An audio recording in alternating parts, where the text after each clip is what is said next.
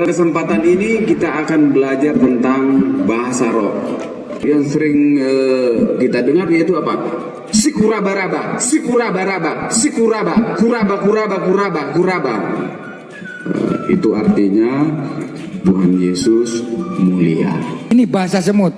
Asyukuri innaka ya makali ya magufron alkihi innaka ya ma'adar ya firman Allah. Wow balala balau panjai wow balala balai panjai kepet pong mai wow keng lai kayam wang wah kabar. Saya kamu ini lo gaib. Nggak ada. Kok masih semangatnya jelekin saudaranya? Kamu berbohong, aku pun percaya. Kamu percaya, aku bohongi.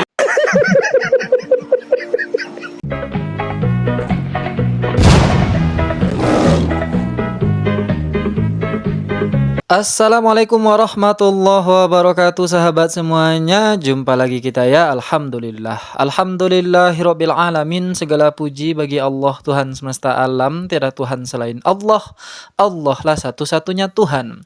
Tuhan yang tiada duanya, duanya saja tidak ada, apalagi tiga. Lalu bagaimana jadinya kalau Tuhan itu dipaksakan tiga? Ya Oten dan si Ongo berlomba-lomba jadi raya, sahabat.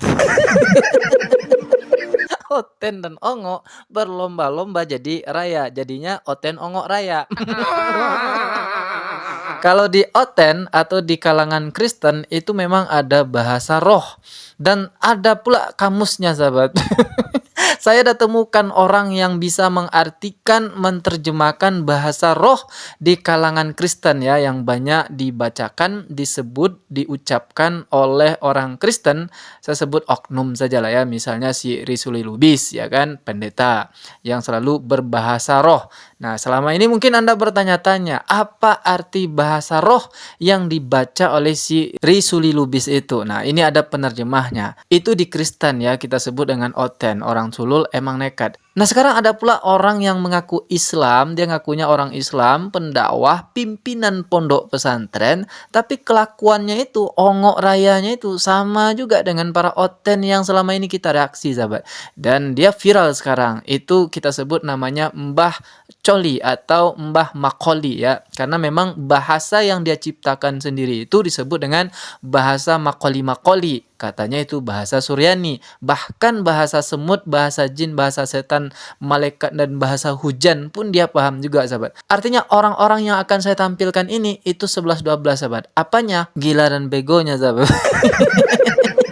Kita mulai dari yang menerjemahkan bahasa roh berikut ini, sahabat. Pada kesempatan ini kita akan belajar tentang bahasa roh. Nanti ini boleh Bapak hafalkan di rumah-rumah supaya Bapak Ibu juga ketika beribadah nanti yang suka berbahasa roh lihat urutannya. Yang pertama, sering orang mengatakan dalam ibadah begini, ketika mereka beribadah atau dalam pertemuan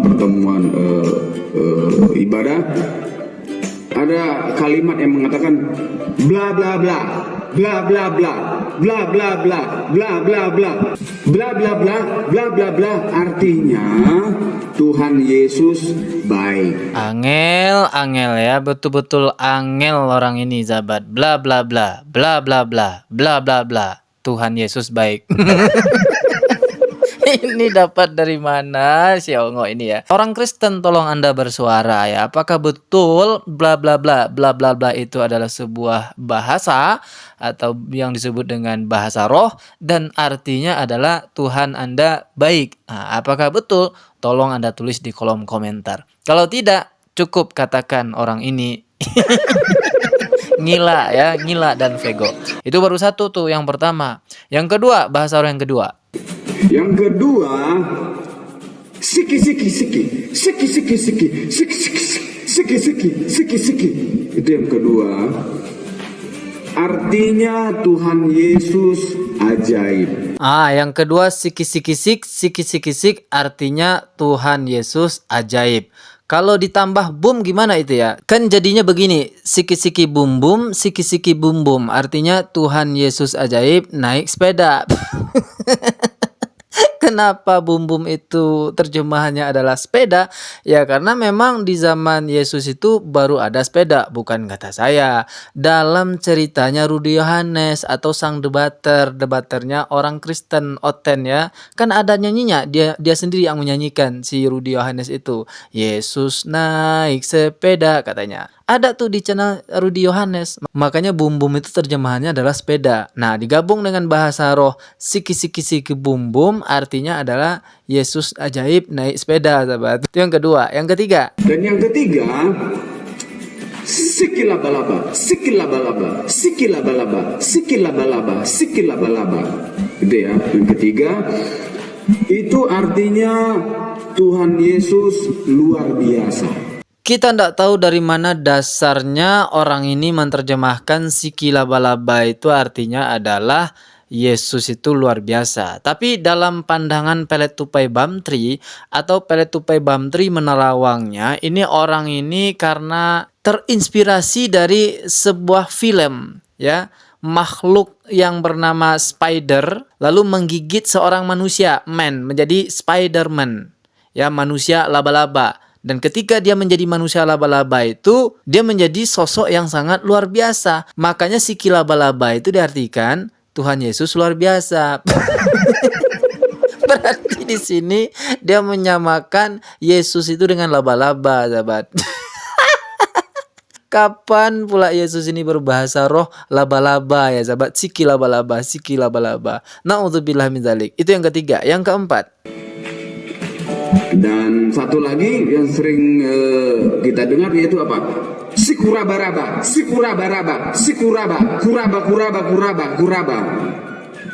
Itu artinya Tuhan Yesus mulia. Oh.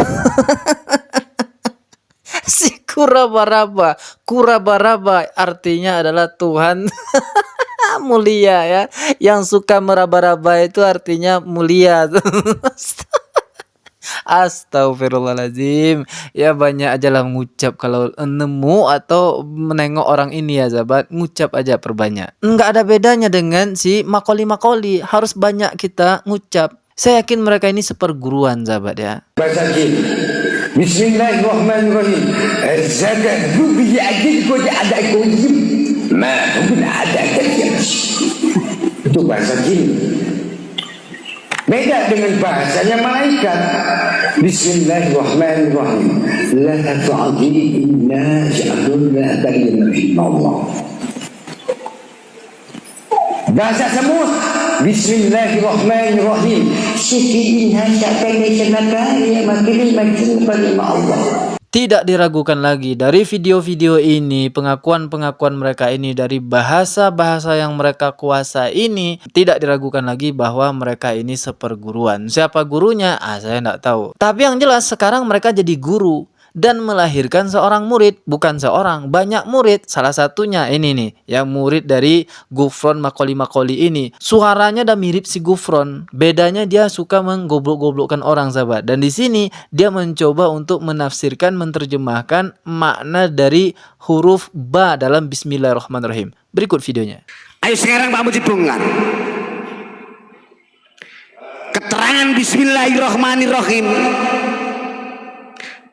Itu artinya apa sih?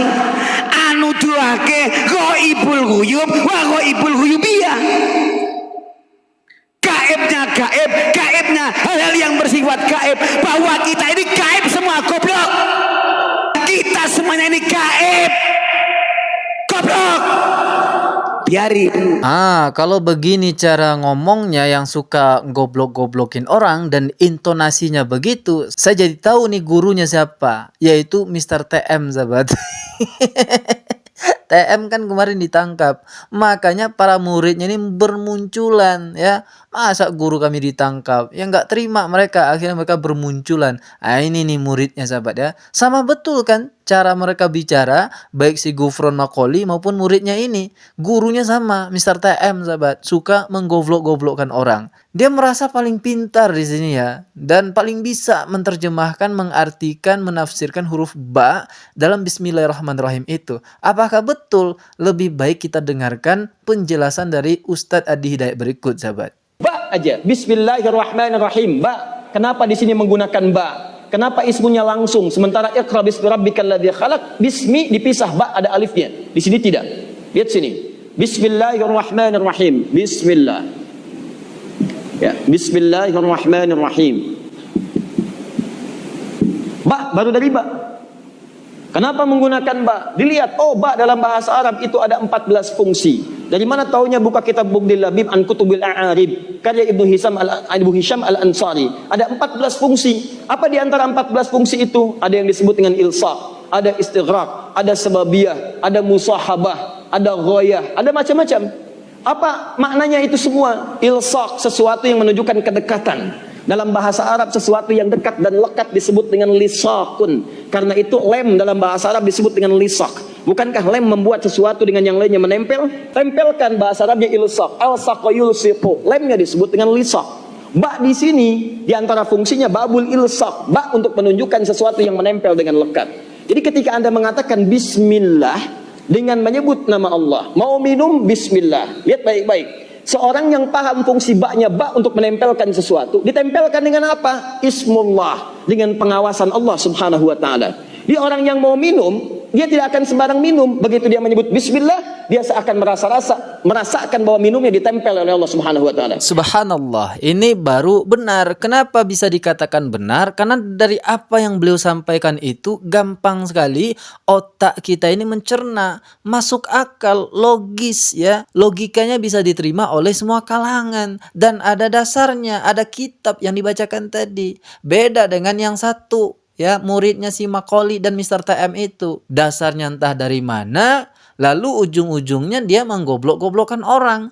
Lihat nih yang punya ilmu, ya, yang betul-betul menguasai bahasanya santun, cara menyampaikannya santun, dan tidak menggoblok-goblokkan orang. Paham maksud saya sahabat ya? Saya yakin Anda semua paham ya, paham pasti. Yang tidak paham itu adalah para oten ongok raya yang ada di Indonesia Raya ini. Demikiannya dapat saya sampaikan. Terima kasih atas segala perhatian.